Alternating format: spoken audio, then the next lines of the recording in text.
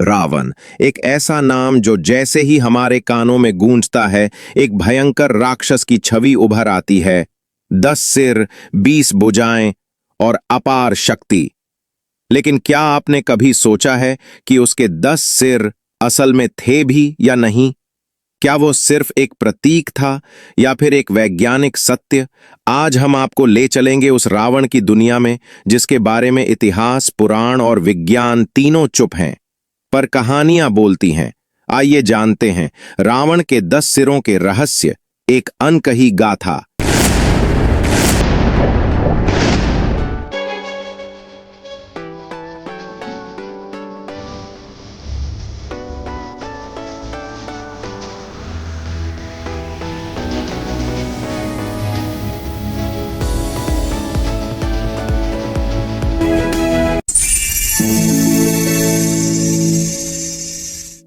रावण कौन था? रावण का जन्म ऋषि विश्रवा और राक्षसी कैकसी के पुत्र, उसका असली नाम दशग्रीव। लंका का सम्राट, शिवभक्त, संगीतज्ञ, आयुर्वेदाचार्य, ब्रह्मज्ञानी, एक महान तपस्वी जिसने ब्रह्मा से वरदान प्राप्त किया। उसका व्यक्तित्व राक्षसी प्रवृत्ति और देवतुल्य ज्ञान का अनोखा संगम। रावण कोई साधारण राक्षस नहीं था। वो वेदों का ज्ञाता, सामवेद का गायक और नटराज का उपासक था। लेकिन फिर वो राक्षस क्यों कहलाया? क्या सिर्फ सीता हरण ही उसकी पहचान थी, या उसके 10 सिरों में कुछ ऐसा छिपा था जो मानवता के लिए एक रहस्य बन गया? रावण के 10 सिरों की मूल कहानी। बाल्यकाल में रावण अत्यंत विद्वान था। शिव भक्ति में उसने अपना सिर काट काट कर चढ़ा दिए, कुल 10 बार।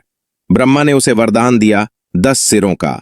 ये 10 सिर प्रतीक हैं उसके 10 गुणों या प्रकृतियों के: काम, क्रोध, लोभ, मोह, मद, मात्सर्य, बुद्धि, चित्त, अहंकार, मन। इन 10 सिरों के माध्यम से रावण ने 10 मानवीय प्रवृत्तियों को जिया, और इन्हीं प्रवृत्तियों ने उसे सर्वज्ञानी भी बनाया और अंततः विनाश की ओर भी ले गए। 10 सिरों का प्रतीकात्मक अर्थ। हर सिर एक मानसिक अवस्था का प्रतिनिधित्व करता है। यह यंत्रात्मक नहीं, बल्कि आध्यात्मिक रूप से शक्तिशाली दिमाग की निशानी है। योग और ध्यान में 10 सिर का मतलब: इंद्री, 10 इंद्रियों पर नियंत्रण, 5 कर्मेंद्रियां, 5 ज्ञानेंद्रियां। तंत्र शास्त्रों में दशमुख तंत्र, रावण का विशेष ज्ञान। रावण का हर सिर सिर्फ उसका अहम नहीं था, वो एक शक्ति थी, एक ऊर्जा जो उसे संपूर्ण बनाती थी। पर जब ये शक्तियां संतुलन से बाहर होती हैं तो वो शक्ति विनाश का कारण बन जाती है।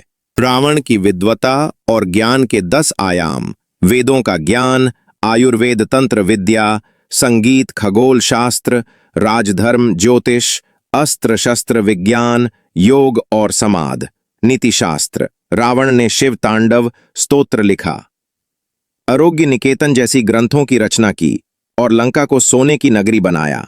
ये सब उसके 10 मस्तिष्कों की देन थी जो मिलकर उसे परिपूर्ण विद्वान बनाते थे। रावण के सिरों के पीछे की कथाएं।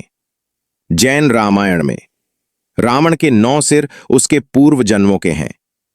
बुद्ध धर्म में रावण को एक बोधिसत्व बताया गया। श्रीलंका की लोक कथाओं में हर सिर एक अलग देवता का अंश है। दक्षिण भारतीय लोक गाथा 10 सिर का 10 भाइयों का एक व्यक्तित्व।